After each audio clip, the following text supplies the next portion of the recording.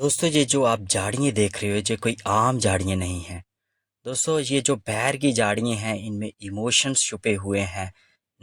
90 दशक के बच्चों के और उससे पहले के बच्चों के इसमें इमोशंस छुपे हुए हैं। दोस्तों ये कहना गलत नहीं होगा कि ये झाड़ियाँ बैर की झाड़ियाँ एक मोहल्ले की दुकान का काम करती थी उन बच्चों के लिए।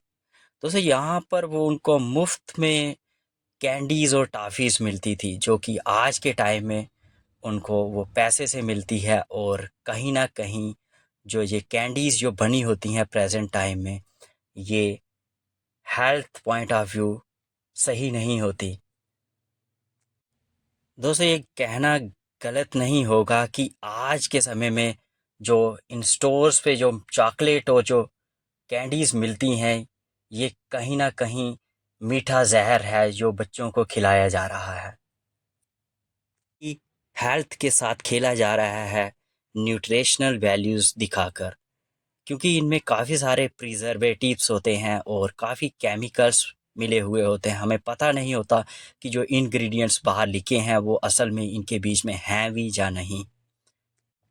दोस्तों हम अक्सर सुनते हैं कि जो बचपन होता है उसमें खेल कूद होती है, मगर कहीं ना कहीं आज बचपन के ही साथ ही खेला जा रहा है इन बड़ी बड़ी कंपनीज के स- द्वारा, जो कि काफ़ी जो ये दिखाती हैं कि इनकी जो ये चॉकलेट्स हैं जो ईटेबल्स हैं इनमें काफ़ी न्यूट्रिशनल वैल्यूज़ हैं, मगर कहीं ना कहीं ये एक मीठा जहर है।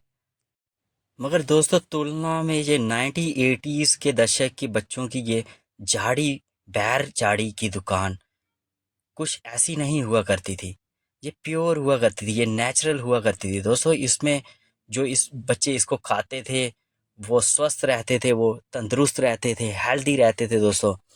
क्योंकि ये जो बैर हैं इनकी काफ़ी न्यूट्रिशनल वैल्यू तो है ही है, मगर इसके साथ इनमें इनकी मेडिसिनल वैल्यूज़ भी है। दोस्तों ये एंटीऑक्सीडेंट होते हैं और जो कि हमारी जो स्किन होती है दोस्तों इसको ये काफ़ी स्वस्थ रखते हैं, हेल्दी रखते हैं। इसके अलावा जिसको एनीमिया की कमी होती है जो कि अक्सर आज के टाइम में देखने को मिलती है दोस्तों, उसको भी ये दूर करते हैं। एनीमिया की कमी, खून की कमी को ये दूर करते हैं ये बैर।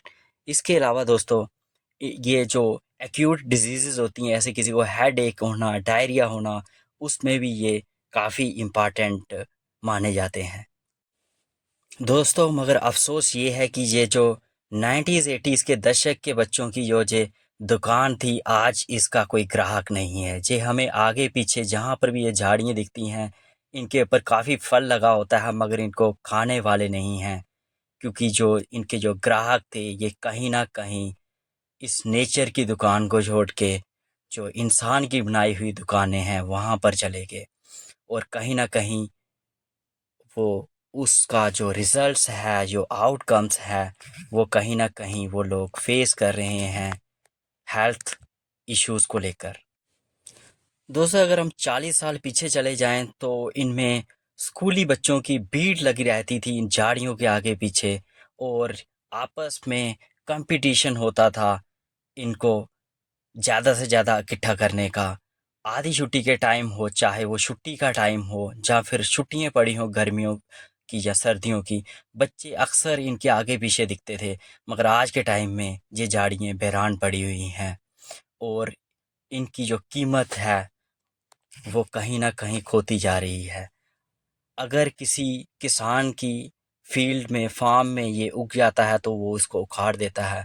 मगर दोस्तों इसकी ना बल्कि मेडिसिनल वैल्यूज़ है, मगर इसकी अगर हम देखें तो काफ़ी सारी जो इन्वायरमेंटल इसकी वैल्यूज़ भी हैं।